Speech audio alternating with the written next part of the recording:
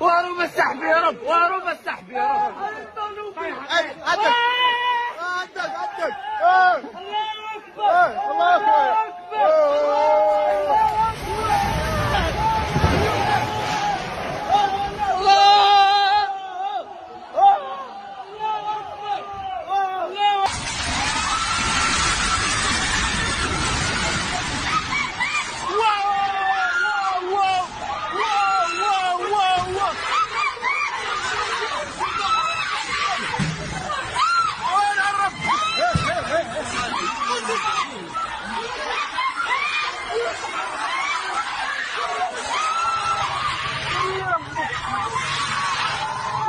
Conversar agora com a brasileira Ana Castro.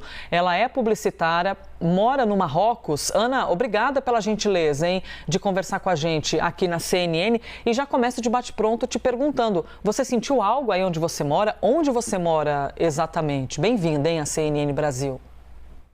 Obrigada. Eu estou morando no Marrocos tem 4, 5 meses. E nesse momento eu estou entre Agadir e Marrakech, num momento de mudança de casa, e eu vim para Marrakech para olhar um apartamento novo para alugar. Então eu estava em Marrakech no momento que aconteceu. O epicentro foi no meio dessa estrada entre Marrakech e Agadir. Então todo mundo que estava em Marrakech, Agadir e nesse raio sentiu bastante forte. Eu estava em casa, na casa de um amigo em Marrakech, e tudo começou a tremer. Já vivenciei alguns terremotos em outros lugares do mundo, então na hora foi terremoto embaixo da mesa, corre para baixo da mesa. Então corremos para baixo da mesa e começou a cair quadro, decoração, as roupas do armário caindo, tudo tremendo, mas sem muita conclusão grave para a gente naquele lugar. Então quando acabou, pegamos o celular e saímos correndo para o jardim do prédio. É uma residência que tem um grande jardim no meio, longe de construções. Então todos os vizinhos estavam ali, né? Todo mundo conversando.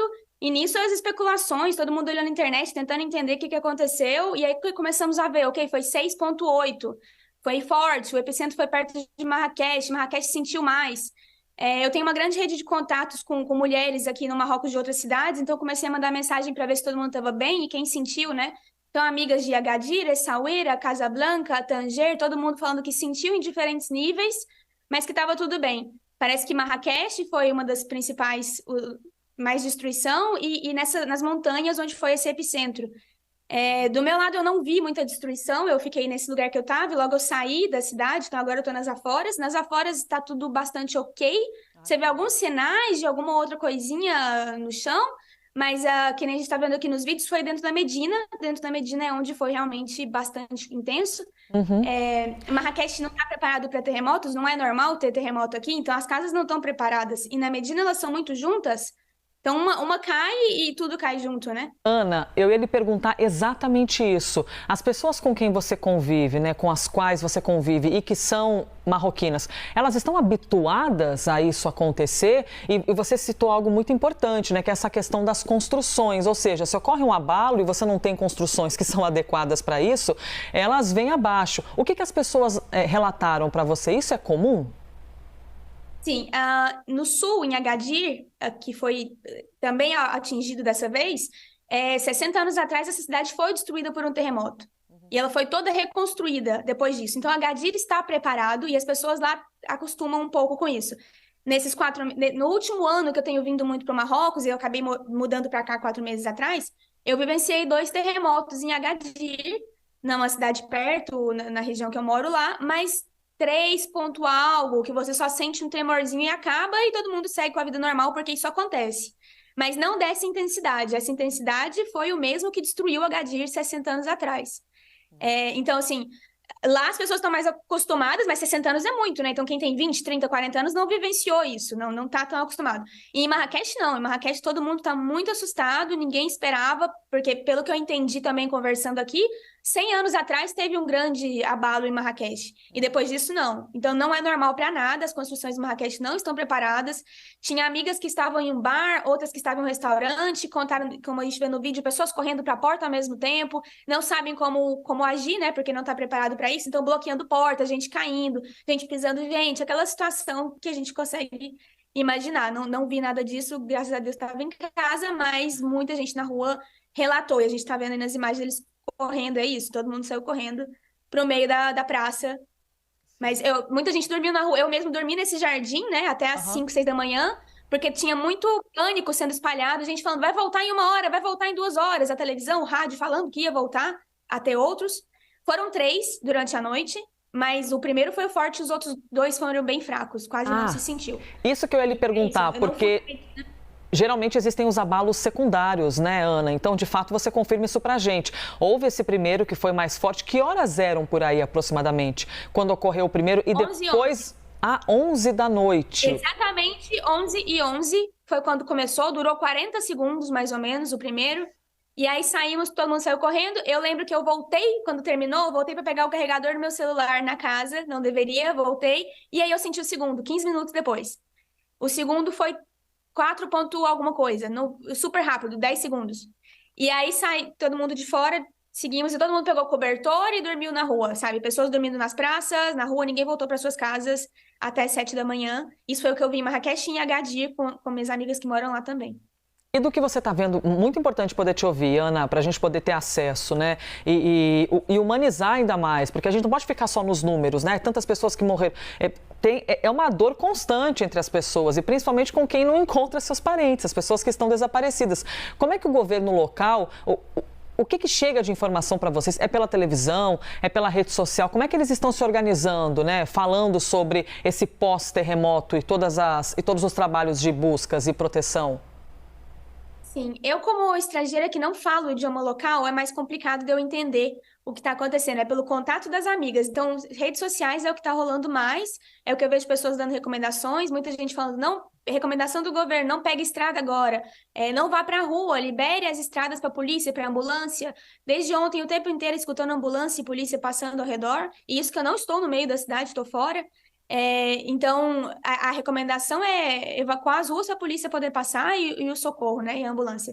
Mas esse é o que chega até mim, como eu não falo nem francês, nem darija, que são os idiomas daqui, então eu não sei como é que está sendo para os locais essa informação, como é que chega para eles. Imagino que televisão e rádio, que são os 2 meios mais usados, e claro, a internet e redes sociais.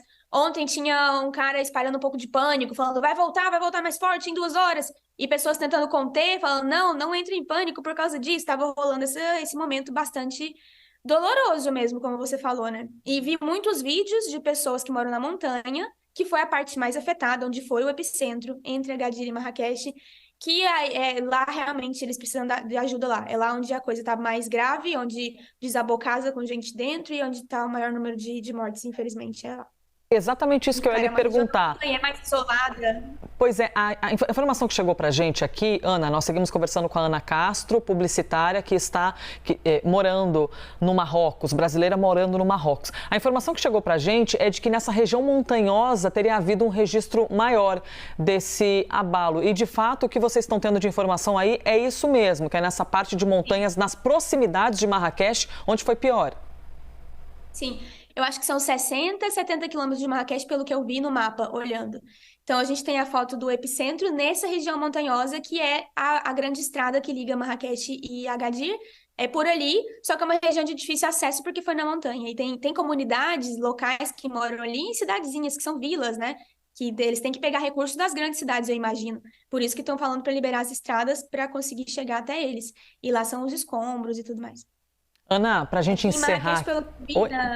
Desculpa, na Medina eu vi muita foto de carro aplastado, como eu falo, carro que caiu as pedras em cima, né, pedras das construções da Medina, e isso. E as informações são de que os hospitais estão lotados, evidentemente, que eles estão tentando agora levar as pessoas para outros lugares até mais distantes, né? Eu não sei se você tem acesso à informação de como é que é o sistema de saúde aí no Marrocos, mas a informação que chegou para a gente é que está tudo abarrotado de gente, que eles estão tendo o desafio, lógico, agora de organizar esse atendimento. Sim, não tem informações sobre.